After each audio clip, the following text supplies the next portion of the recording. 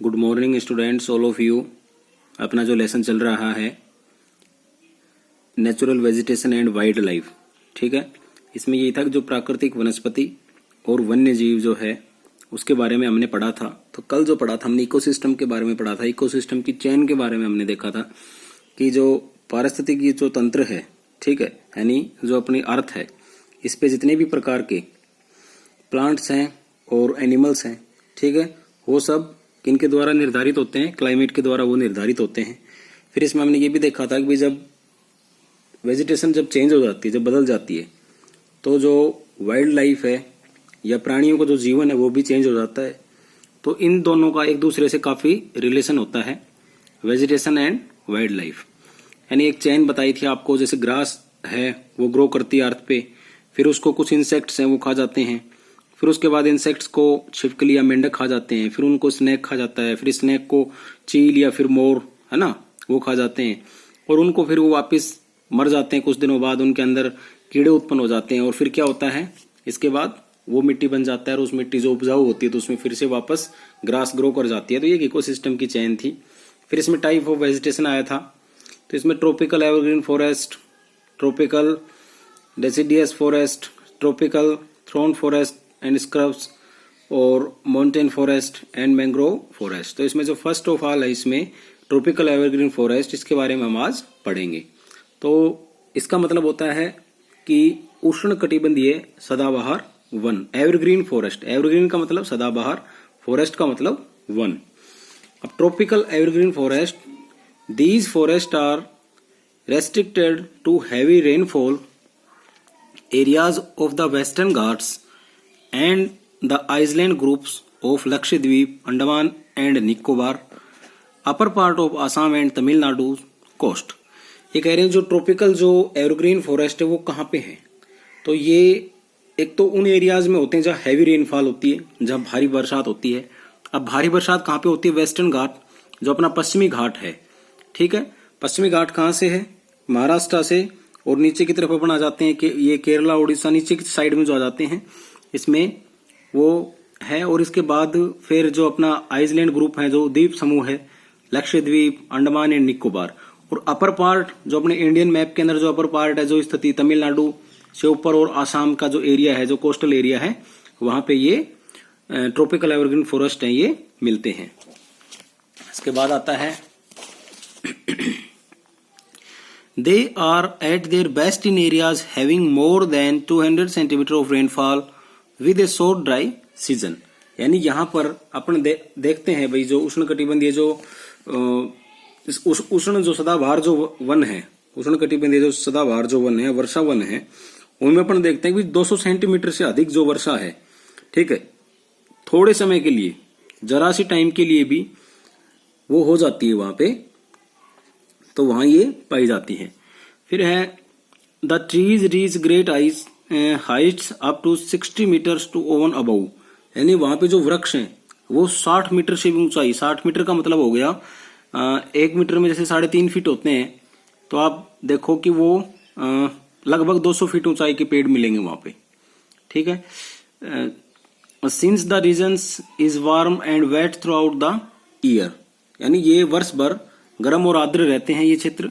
It has luxuriant vegetation of all kinds, trees, shrubs and creepers, giving it a multi-layered structure।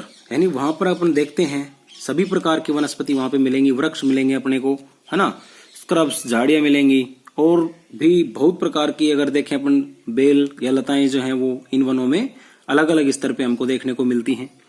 फिर है trees.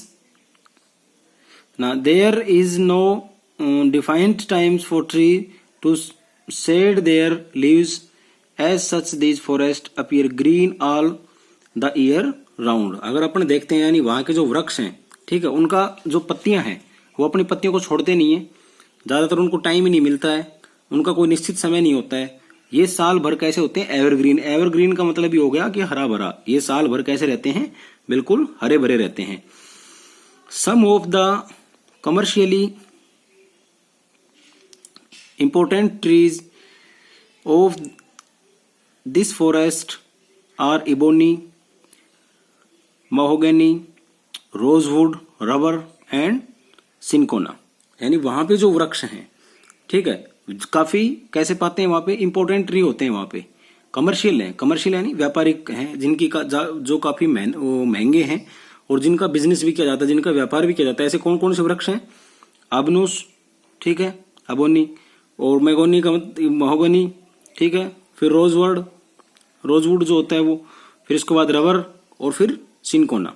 ये वृक्ष हैं जो कमर्शियल वृक्ष हैं, ये यहाँ पे इन एरियाज में पाए जाते हैं। जो सदाबहार वन है इनमें ये पाए जाते हैं, क्योंकि वहां ज्यादा बारिश होती है, ऐसा गीला और आर्द्र मौसम रहता है और ज्यादा पतझड़ भी नहीं होता है, तो वहां पे ये वन इनके लिए उपयुक्त क्लाइमेट होता है, तो इसलिए वहां पे ज्यादा पाए जाते हैं।